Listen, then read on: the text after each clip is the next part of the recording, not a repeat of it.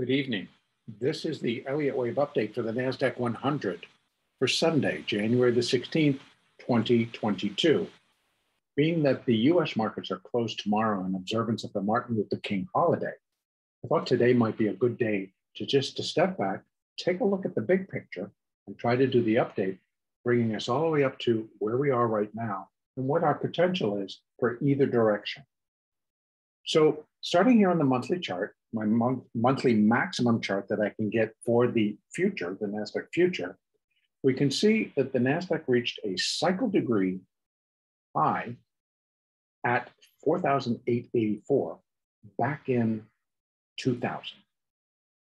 And by 2002, the market had dropped 83%, lost 83% of its value in roughly 2 years, reaching a low at 809.50. And it's off of that low that we started on a cycle wave 5 advance. Now, within that cycle wave 5, there are going to be 5 waves of primary degree. And here we have primary 1, primary 2, primary 3, and primary 4. The low of primary 4 is here at the March 2020 low, which was our reaction to that first round of the coronavirus pandemic. And then from that low of March of 2020, we have been in the process of tracing out a primary 5th wave. Now, within that primary 5th wave, there are going to be 5 waves of intermediate degree. So let's bring this down to the weekly and see how that all counts out. On the weekly chart, we have, I'm going to move it again. Every time you move the chart, it kind of changes the position of that. And I want to bring it in as close as I can to where it should be. So we have the 5 waves of intermediate degree advancing. Here's intermediate 1, intermediate 2, intermediate 3. So thus far, I'm still okay with this count, with this labeling. Now, the rest is up to the market. And let me explain a little bit more of what I'm talking about. In an intermediate 4th wave, we'd be looking for the market to drop back to the 4th wave of 1 lesser degree, which is this minor 4. That low is at 14,410 roughly. And from there, I would expect then that's where I can place over here an intermediate 4. Label it as an intermediate 4. We start to move higher quickly, without pause, just a serious rally to new highs to complete intermediate wave 5, cycle wave 5, intermediate wave 5, primary wave 5, and cycle wave 5. What label gets put on top of that on a supercycle degree, I'd have to go back and start really trying to get additional information to see if the NASDAQ is actually going to mirror the S&P in that it's a supercycle wave 3 that's completing in the S&P, or may have already completed. And that kind of produces or will produce a much larger corrective phase. Now, right now, we're just looking for an intermediate degree correction. And I'm suspecting that that will bring us back to 14,410, 411. Now, I'm going to bring this back down to the 4-hour chart. And now we can take a look. I've kind of changed the labeling around a little bit on this internal. Instead of this being an A and this being a B and this being C and this being an X, and this being an A, and putting in too much labeling going on. So instead of looking like that this would have been the C wave, I've now kind of put the A and the B, took away the middle, the A and the B, and this is minute wave 1 of minor wave C. That allows for a lot more decline. And then as it has, the market ended up putting in a pretty clean ABC up. So let's move this. Let me move that one over to where it belongs. Put that over there. Put this B over. Again, this is just when you're looking at these longer term charts, things get moved around a little bit. Put that there. And then it had 3 waves up.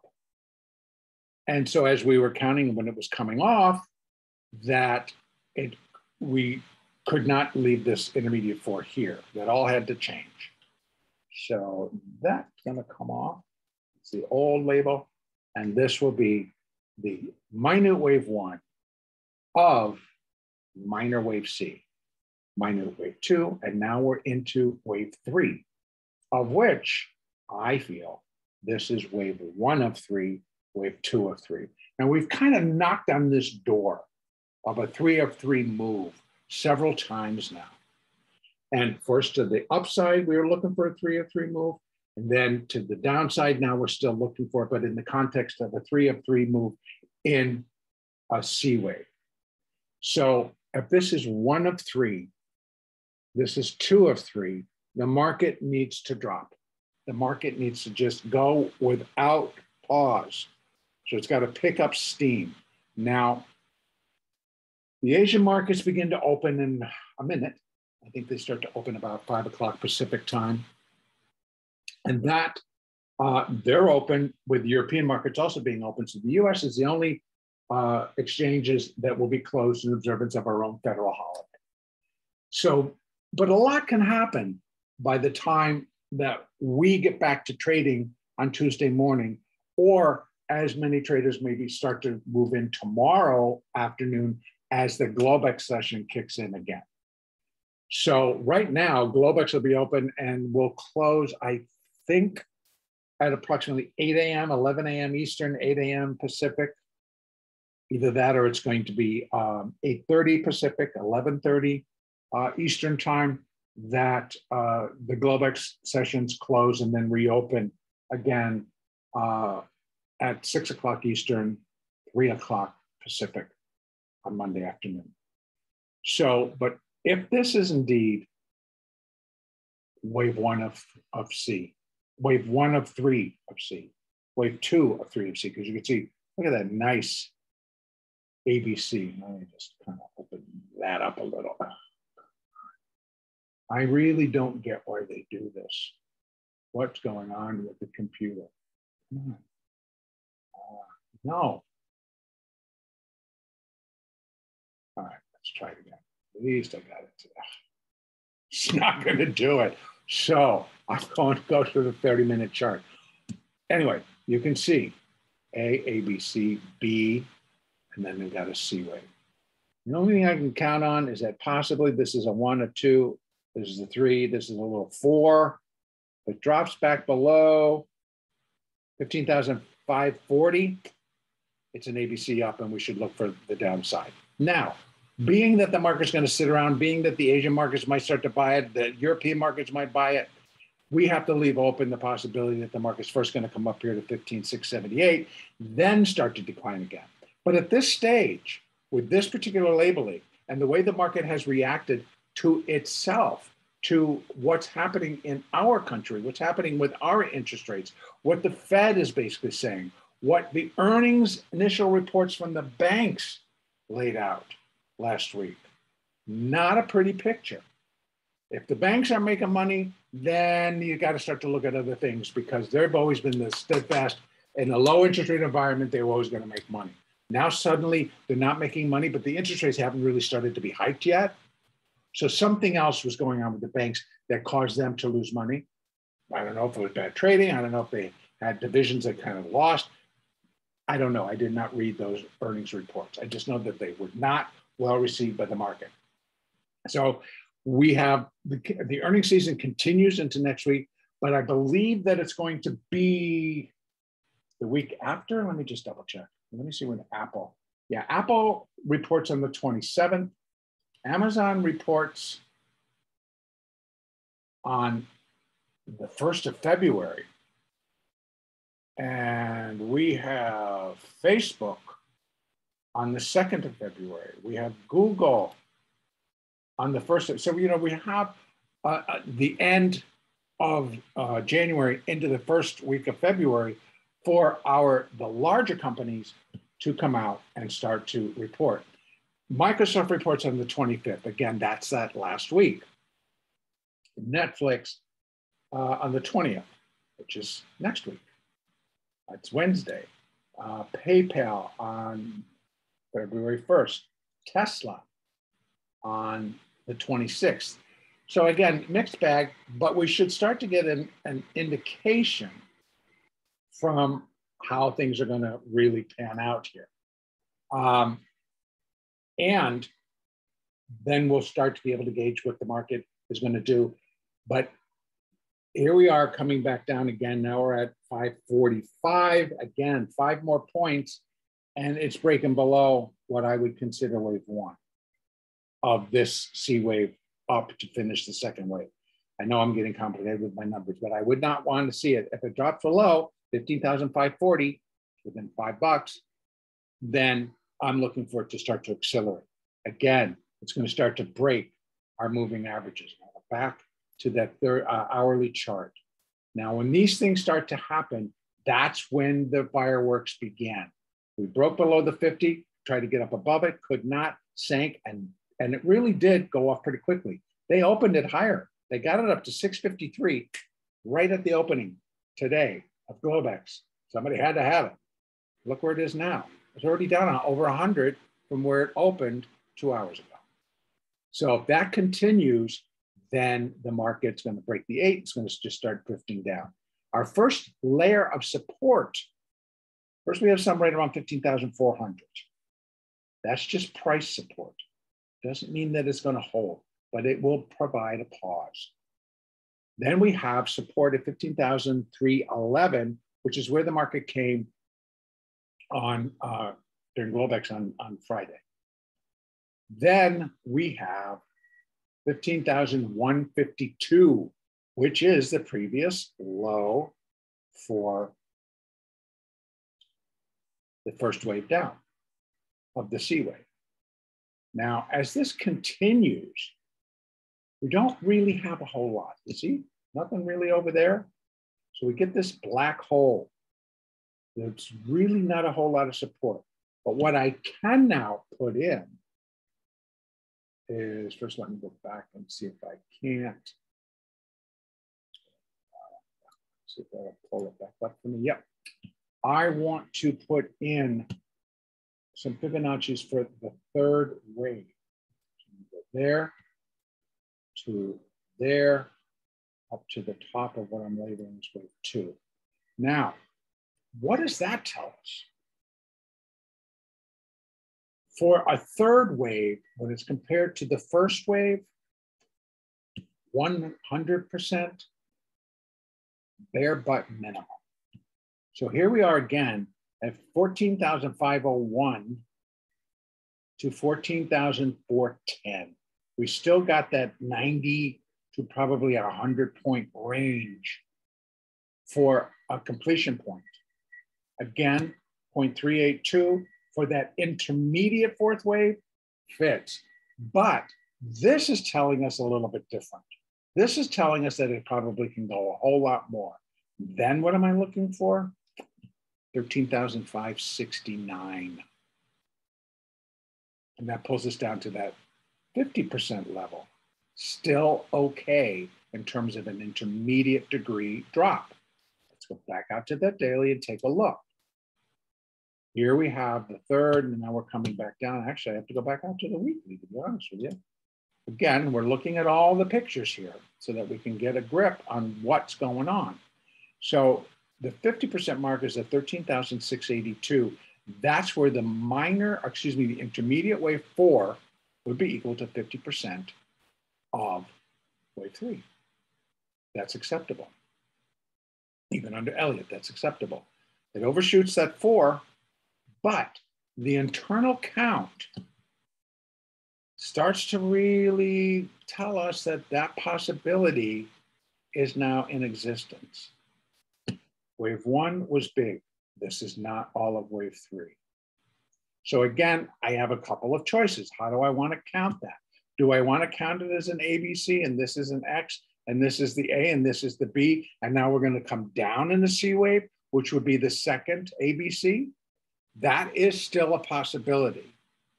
But if the markets begin to drop with the energy that they began to drop last week, it should be intensified in this next sequence down. So we should see it really start to come off much quicker. And the buyers aren't going to be stepping back in. So again, because we're sitting into earnings season, a lot's going to rest on what is actually reported. And again, remember, they're only reporting final year, what the fourth quarter did for them and what their final year report suggests or does. And I think what's going to become more important right now, since we're moving forward, is what that forward guidance will suggest or indicate. That's going to be the meal ticket for the bulls or the bears. If they're coming out rosy pictures for 2022 and their forward guidance, I would highly suspect all the stops and we rally. And hopefully we get down to at least a level where we be able to say, yep, that's the bottom. We got a wave 4 and we're off. Now, so under the current labeling, I'm looking for a bigger third wave, but it could be a 3, a 4, and a 5, getting the third wave down to here, 44.10. That I would accept. And then a small fourth wave, and then a fifth wave, maybe down to here. As long as that third wave is not the shortest wave, the total third wave is not the shortest wave, we'll live, we'll be okay. Because then we're following the rules of Elliott. Wave 3 cannot be the shortest wave, whether it's in this sequence or whether I'm comparing it in the larger sequence. So the larger wave 3 of C or the wave 1 of C, wave 2 of C, wave 3 of C cannot be the shortest wave. So if it all works and the count fits, then I get to leave it as this. But I'll work all that up. But now we just are going to really go over what our potential is, what our strategy might be. Again, I'm keeping a very, very open mindset. And so my mindset is when I come in to trade on Tuesday, is I'm focusing on what's happening in front of me. I'm focusing on the price action plus whatever my Elliott count and my Fibonacci and the moving averages are telling me for that particular day on that particular chart. I'm using a 1 minute, a 2 minute, a 5 minute. What are those moving averages doing on those charts? That's going to dictate whether I buy and sell and in what direction and for how long. But if we're dealing on an hourly chart, I'm looking for a third wave down, but it's a 3 of C. C waves are often very crushing in and of themselves. So having a C wave come down to 14,000 or below, totally within the realm of reality for the move that's at hand. Totally within the realm of reality. Because the C wave would be all the way from 16,659. Now, that first wave could also be the extended wave. So this could just form a nice clean 3 waves. Excuse me, a nice clean 5 waves for a third wave of C, then 3 for 4, and then another small 5 waves, and then it's done. And we get to label it. So this could be the extended wave, and this does not mean that this has to be. It can come in here, which puts it as long as that. Then we're fine. So here I'm still expecting 3 to get down to here, and then we get a 4 and then a 5. So that's what I think for the NASDAQ. Now, what else could be going on? Let me go back out to that weekly real quickly here. I want to be going on too long. If indeed this has to change, And I have to move this intermediate third wave back down, put the third back down, put the 4 back down here, and count this out as the intermediate fifth wave. Well, then we're in the beginning stages of a much larger correction. And I would be looking for it to come down much further, much further. So even though this would still be an intermediate 4. So that would be the first level of support for this initial drive lower. But we're looking for much, much lower levels before the first leg down on a much larger correction would be. I'm right now not looking to do that. But what would begin to change that, and the market in terms of on an intermediate degree would have to break 12,465 before that would likely be the case. But we're going to get a lot of hints. If it starts breaking below 50% of 13,682, it ceases to really be a wave 4 because it's getting a little bit too big. And we're starting to threaten levels that a fourth wave should not get to. So these are just potential. This is what's out there. Again, markets are very overbought and overvalued and have been.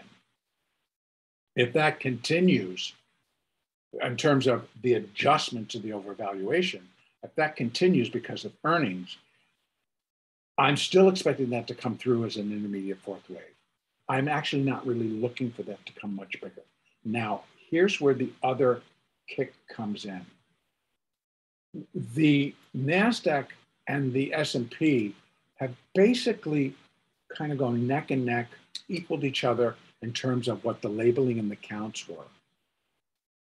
But the S&P now has broken below a level, which has shifted me to believe that the 5 waves up that we got to that 4808 level, the all-time high right now, to an intermediate fifth wave and not a minor wave 1.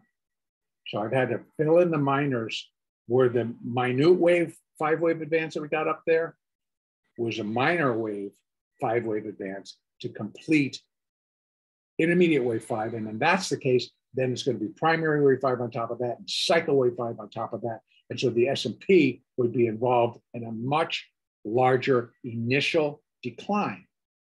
Now, that could go hand in hand with an intermediate fourth wave that's going to reach down towards 14,000. That fits. You know, another 1,000 points from here, that all, and not that it will be very tradable, but now we're looking at how the market's going to move, because can the NASDAQ then move in an intermediate fifth wave to new highs while the S&P doesn't? Well, I look back at that and I'm thinking to myself, well, you know what? The S&P moved to a new all-time high, whereas the NASDAQ didn't even get close. What was the high in the NASDAQ? With its high being at 16,768. So, excuse me, I went to the back. I'm going to go up to the 4-hour chart. All the way back up to here, 16,768. That one thing, it only got up to 16,639, then it started to drop. And it couldn't even really get itself up close to that level to show me that, okay, this was the end of 4, now it's going to go. Didn't work. So, wrapping it all up here. I think that if you're going to trade Globex tonight, if you're planning on trading tomorrow morning during the Globex session, I would expect the following. We have the potential for the market to hold itself up above. Right now, it's not looking real pretty. We're getting down there. Again, we're dropping as the Asian markets open. If we break that 4, that 8, which is at 15,540, which is pretty, well, it just did. So I'm looking for now the acceleration to continue. Probably when Europe opens, it's going to start to drive it down. Eventually, it should break below 15,311, 312, and start heading down. We have 618 support at 15,078. then 14,947, 14,825.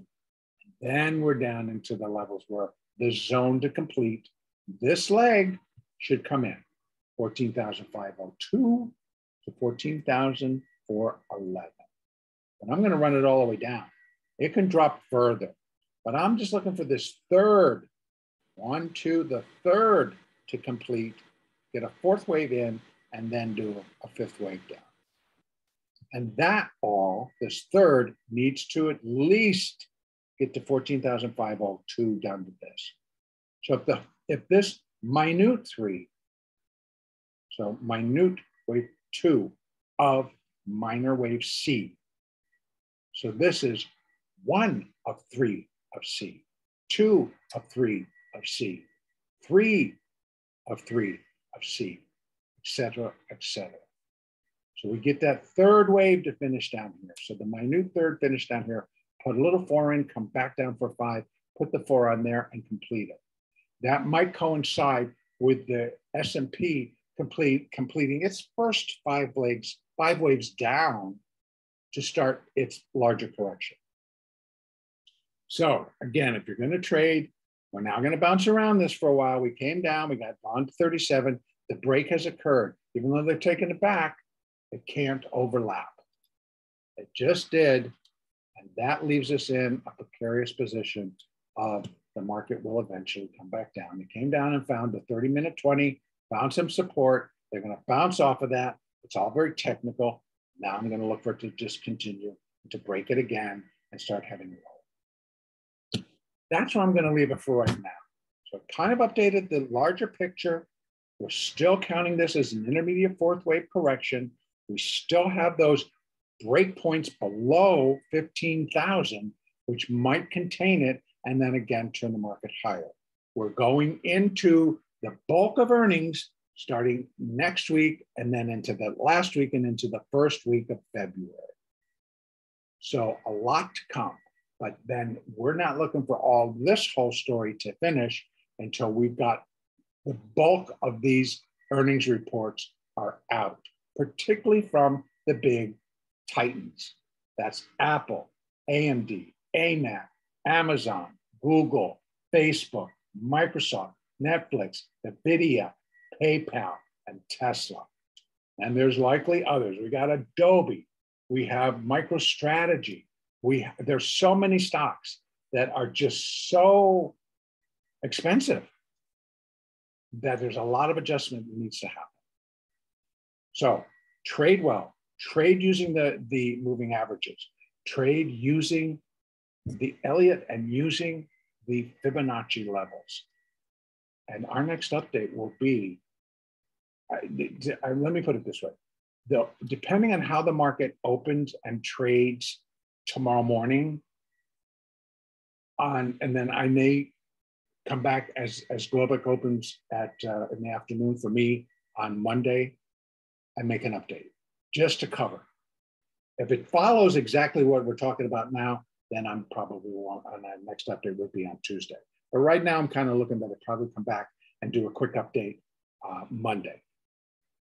Great trading tomorrow if you're choosing to trade. If not, have a great holiday, enjoy the day off, and we'll be back trading on Tuesday morning.